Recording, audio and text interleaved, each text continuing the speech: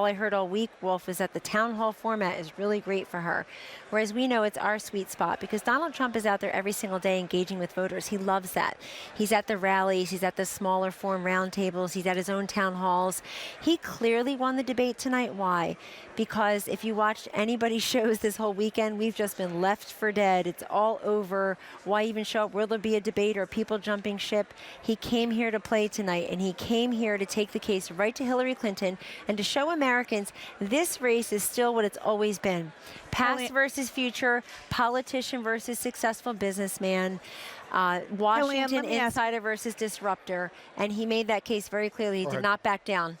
Kellyanne, I want to ask you about what he said at the beginning of the debate. More than one time, he referred once again to what he said on that tape as locker room talk. You're his campaign manager, the only woman at the head of that campaign. What did you think when you saw and you heard that? Truthfully, what was your reaction? My initial reaction was very close to what Melania Trump said.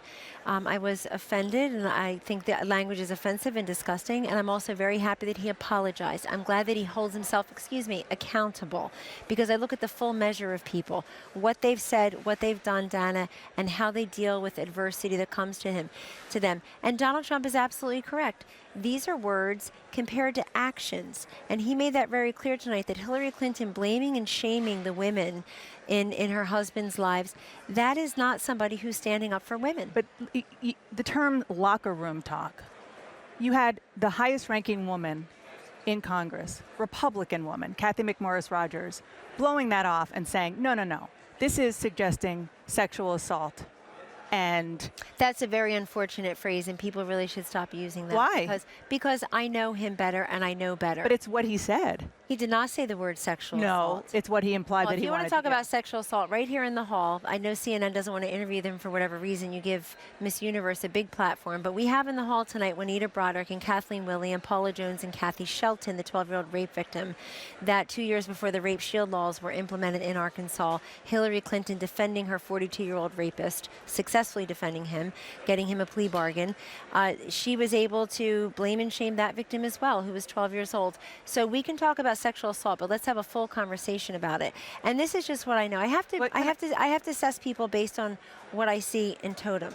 And this is a man I've been alone with many times who's never been anything but gracious and gentleman, and elevated me to the top level of his campaign the way he's elevated women in the Trump organization for decades, because he respects women. Well, let me just say that CNN at the time, many years ago, did fully litigate. These two gentlemen were actually covering the Clinton White House, fully talk about and report on their stories at the time, because it is very old. And because you brought it up, I just have to say, Kellyanne, how she treated them. Well, no. Well, it was real time. I just have to say, because you brought it up, that your boss himself back in 1998 told Neil Cavuto about these victims. I don't necessarily agree with his victims, talking about Bill Clinton. His victims are terrible. He, meaning Bill Clinton, is a real victim himself. He put himself in that position, and he talked about how unattractive these people are. So in 1998, we're not going to talk about Paula Jones because it's too old, but we'll talk about what Donald Trump said as a private citizen. No, because at that time he was defending Bill Clinton and going after these guys, and now he's changed his. He's gotten to know them since then. We took note of Hillary Clinton's comment on the campaign trail naturally, but she said all sexual assault victims deserve to be heard and believed. These are her words. She's running for president now. She wants to be the president of all people, I assume, except the ones she thinks are deplorable and irredeemable, which is tens of millions. But in fairness, I know we want to talk about this because we certainly don't want to talk about tonight's debate performance, where Hillary Clinton, just on her plane, lying that Donald Trump said falsehood after falsehood. I was watching the debate in real time.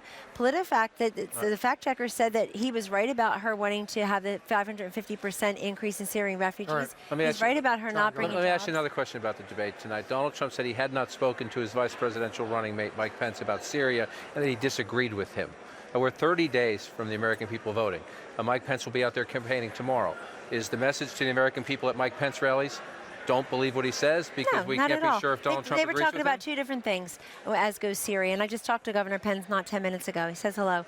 And he and Mr. Trump had also talked about what a great debate week we've had between Tuesday night, the vice presidential debate, and tonight, obviously, Donald Trump winning here.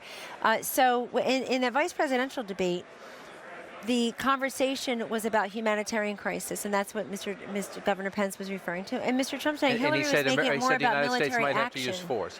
Governor Pence said the United States might they may have to. And Donald Trump said tonight, I disagree with that.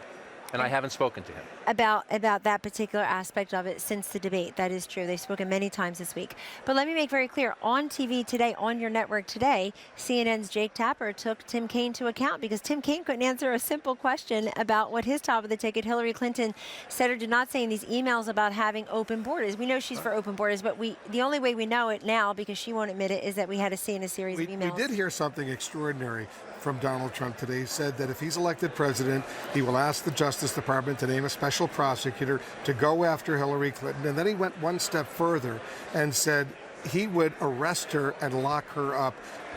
He would put her in jail. In all of the years, I don't remember a time in American history when one candidate has said of the other candidate, if he wins, the other candidate's going to jail. Well, Donald Trump is channeling the frustration of a lot of Americans he hears from. Well, so many Americans say, I can't believe that people have been, their lives have been ruined, their livelihood gone, they face jail time for doing far less than Hillary Clinton did here, and yet she goes completely exonerated for deleting 33,000 emails, not turning over another 17,000, that's 50,000 right there, setting up the private server to begin with, saying that there's no classified information. FBI Director Comey said that's not true.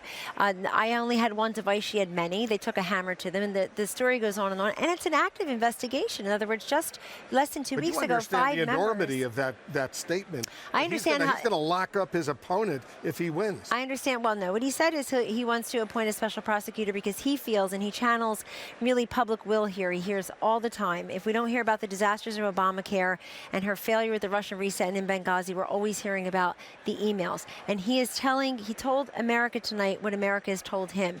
The frustration that there's a different set of rules for this woman, as goes her emails, and she imperiled national security. I know you got to run. I'm going to put up on the screen one more time the results of our poll. You're a pollster. You're a professional pollster. You'll see the results. These are people who actually watched the debate, and millions of Americans watched. Who won the debate? 57% said Hillary Clinton won the debate. 34% said Donald Trump won the debate. That's the results of our CNN RSC poll. Kellyanne, thanks very much for joining. I watched a different debate, but thank you.